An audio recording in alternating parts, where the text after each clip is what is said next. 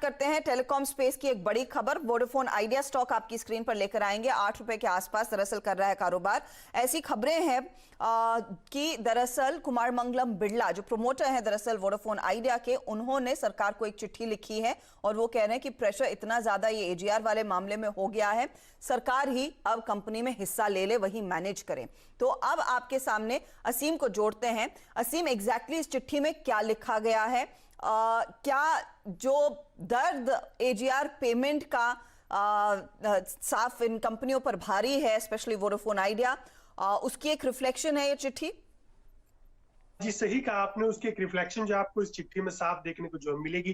जो कुमार मंगलम बिरला है, सीएमडी जो आदित्य बिरला ग्रुप के, उन्होंने जो कैबिनेट सेक्रेटरी है उनको ये चिट्ठी जो है वो लिखी है। 7 जून की ये चिट्ठी, और उस चिट्ठी में ये कहा गया है कि कंपनी जो है वो 25,000 करोड़ रुपए जुटाने की तैयारी जो है वो कर रही है, लेकिन अभी तक कोई भी इन्वेस्टर जो है उसको भरोसा जो है वो नहीं है कि कंपनी जो है सर्वाइव जो कर पाएगी, अगर बस सरकार जो है जो सेक्टर को बचाने के लिए कदम जो है वो नहीं उठाती है, खासतौर पर की फ्लोर टैरिफ लेकर के आती है, या फिर एजीआर की पेमेंट पर राहत मिलती है, या फिर स्पेक्ट्रम की पेमेंट पर किसी तरह की राहत नहीं मिलती है, तब तक ये कंपनी जो है उसका बचना जो है मुश्किल है। उन्होंने साफ लिखा है कि अगर जुलाई तक उनको किसी भी तरह की राहत जो है सरकार की तरफ से नहीं मिली तो कंपनी का बचना जो है काफी मुश्किल हो सकता है, कंपनी जो है डिफॉल्ट जो है वो कर सकती है। तो ऐसे में उन्होंने पेशकश जो है सरकार के सामने रखी है कि सरकार जो है इसको टेक ओवर जो है वो कर ले, वो अपना कंट्रोलिंग स्टेक जो है वो हैंड ओवर करने के लिए तैयार है। गवर्नमेंट का कोई इंस्टीट्यूशन हो, चाहे वो बीएसएनएल पब्लिक सेक्टर की कंपनी हो या कोई फाइनेंशियल इंस्टीट्यूशन हो, वो उसको टेक ओवर करना चाहता है तो वो हैंड ओवर करने के लिए बिल्कुल तैयार है। तो ये बात उन्होंने प्रधानमंत्री जो कैबिनेट सेक्रेटरी है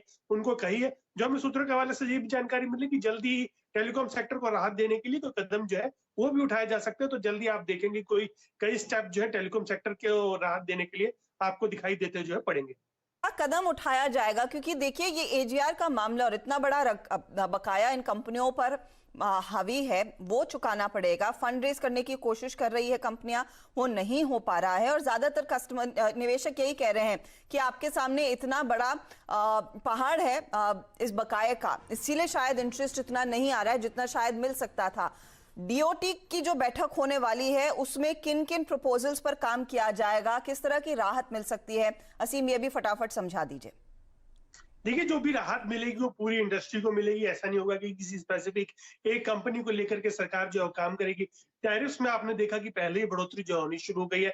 अब दूसरी बात रही एजीआर पर राहत मिलने की, या फिर स्पेक्ट्रम के जो इंस्टॉलमेंट्स हैं उसके ऊपर राहत मिलने की, तो उसके ऊपर काम जो है सरकार ने शुरू कर दिया। जो हमें सूत्रों के हवाले से जानकारी मिल रही है कि जो शनिवार है उसमें पीएमओ ने दूरसंचार विभाग के अधिकारियों के साथ बैठक जो है वो भी की थी, और निर्देश जो है वो दिए गए कि जल्द से जल्द इसके ऊपर काम जो है वो किया जाए। खासतौर पर कि सबसे पहले तो जो होगा कि स्पेक्ट्रम की पेमेंट जो है सरकार पहले ही 2 साल का डेफरमेंट जो है वो कर चुकी है, तो उसका डेफरमेंट जो है 2 से 3 साल तक और बढ़ाया जा सकता है। दूसरा ये कि एजीआर की डेफिनेशन जो है आने वाले वक्त के लिए चेंज जो है वो की जा सकती है। अभी कंपनियों को अपनी सारी सर्विसेज के ऊपर एजीआर जो है वो देना पड़ता है, लेकिन नई डेफिनेशन जो है उसको अपनाया जा सकता है, जिससे कि टेलीकॉम कंपनियों पर आने वाले दिनों में बोझ जो है वो कम पड़ेगा। लेकिन खासतौर पर कि वोडाफोन आइडिया का कर्ज इतना ज्यादा है, अगर उसको इमीडिएट पेमेंट जो है करीबन 22,000 करोड़ रुपए की मार्च 2022 में जो है वो करनी है, तो उसको पेमेंट करने के लिए वो फंड जो है वो जुटाने होंगे। तो ये फंड जुटाने की मंजूरी भी वोडाफोन आइडिया को जल्दी कैबिनेट से मिलती हुई आप जो है देख सकते हैं।